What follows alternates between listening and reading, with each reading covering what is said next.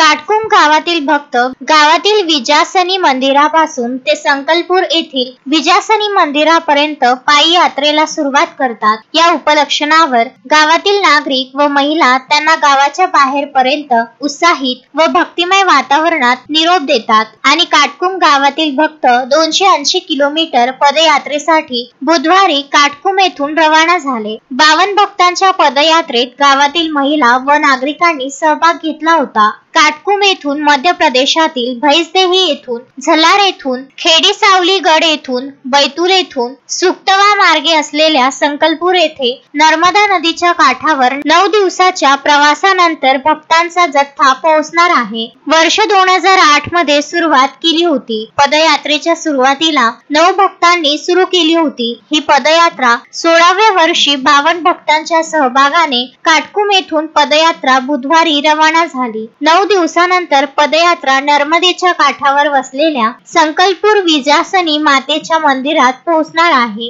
तेथे पूजा अर्चा करून 131 फूट लांब चुनरी विजासनी मातेच्या चरणी अर्पण केली जाणार आहे। या पदयात्रेत काटकुम गावातील आदी भाविक भक्त सहभागी झाले आहेत। मारुती पाटणकर, विदर्भ न्यूज, चिखलदरा।